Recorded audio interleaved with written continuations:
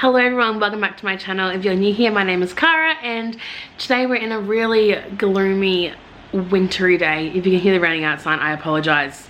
I can't do anything about the weather. But today we're doing a review on a book that I've been sent by Hachette Australia, and that is The Husbands by Chandler-Baker. So if you want to hear my review on this, please keep watching.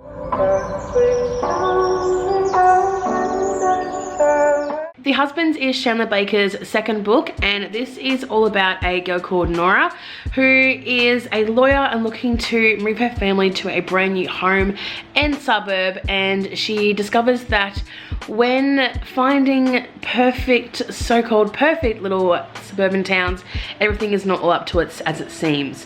I'm going to read the blurb for you, but I feel like just talking about it, you might get a better gist of the story than what the blurb sort of gives off. Welcome to the neighborhood. We all do things differently here. Recently, Nora has started to feel that having it all, a family, a soon-to-be house, a successful career, comes with a price, one that her husband Hayden doesn't seem to be paying quite so heavily.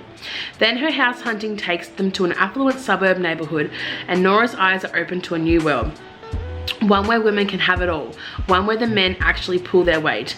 But as a wrongful death case involving one of the local residents draws Nora further into this perfect world, she begins to realize that the secret of having it all is far more complicated than she could ever have imagined. In fact, it may be worth killing for.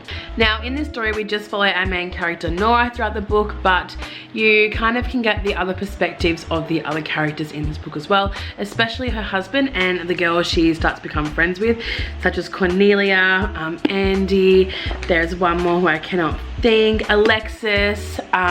You really start to grasp their personalities through the way Nora is talking. But basically the best way I can describe this book is Desperate Housewives meets like some kind of psychological thriller sort of. So basically Nora is just a high-class lawyer. She's pregnant, she has a 5-year-old daughter, a husband, a house, and they're trying to find a new house before her next baby is born. And it's just a whole sort of, everything's on top of her, no one else is dealing with these pressures except for her, and she's kind of done with it. When she decides to tour this new neighborhood, she realizes that apparently you can have it all while your husbands sit at home and do everything for you. Reading this book, at the beginning, I kind of guessed a little bit where the plot twist was going. But the way the men are written in this story, I feel like it was really, really odd. You could tell that Nora had suspicions from the beginning about the suburb she was moving into and the characters and just their entire persona and how everything was not as it seems to be.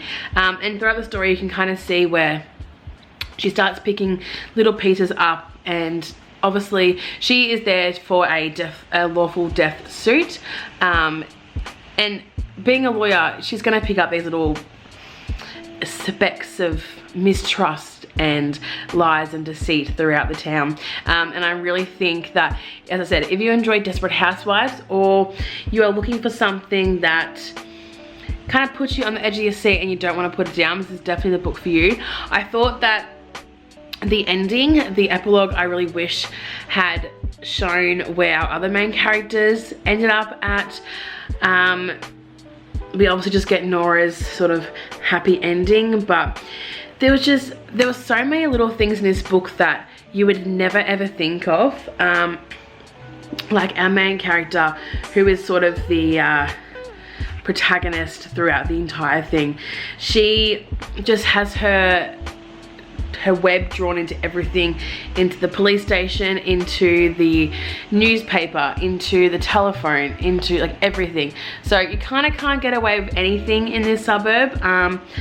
It's the kind of place where everyone knows everyone's dirty laundry and there's no way you can even get away with anything. Yeah, Cornelia, who was our like protagonist in this book, she was just written in a way that I hated her from the beginning, and that's probably a good thing because at the end her true colors are shown. But yeah, as the front of the book says, how far would you go for a little more help from your husband?